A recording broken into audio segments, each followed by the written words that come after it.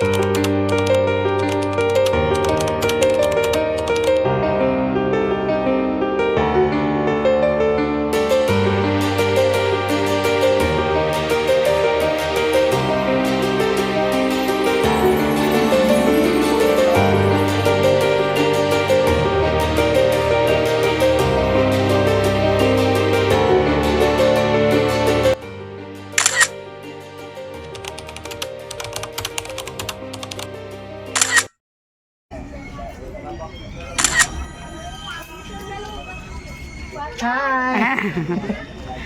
Sana all nagbubuhat. Malaki po talaga ako dati. Karga pero ako tiyang dati.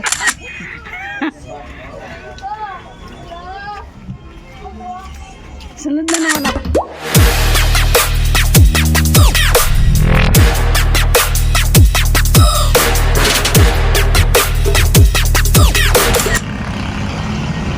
So for today's video ay binubuhat namin at tinadala yung mga goods na ipapamigay namin sa Dumagat Tribe sa Sitio Calawis, Antipolo City.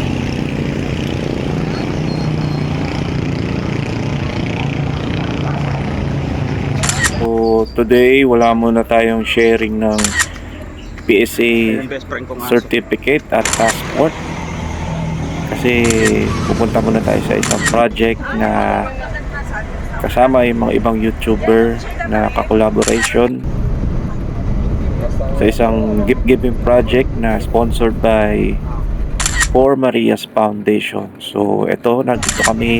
So right now inaantay ko lang yung isang mute Ayan na pala. ko na si Ralph. Ayan, si Kuya Ralph. So bali patungon na kami nito sa Sitio Calawis. Ito ay puting bato kung tawagin sa protected area sa Antipolo. Yan, dalawang So ito yung dalawang makakasama namin sa men's ministry.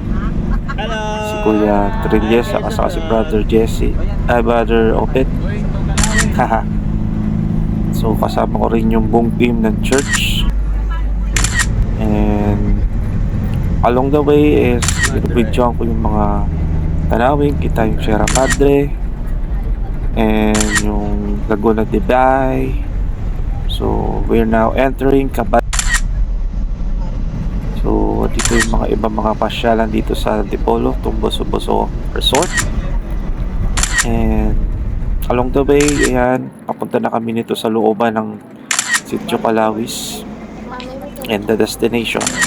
So dito nagbibigay ng instruction si Pastor Malu, tambong team kung kami aakyat sa itaas. And this video is for more on highlights.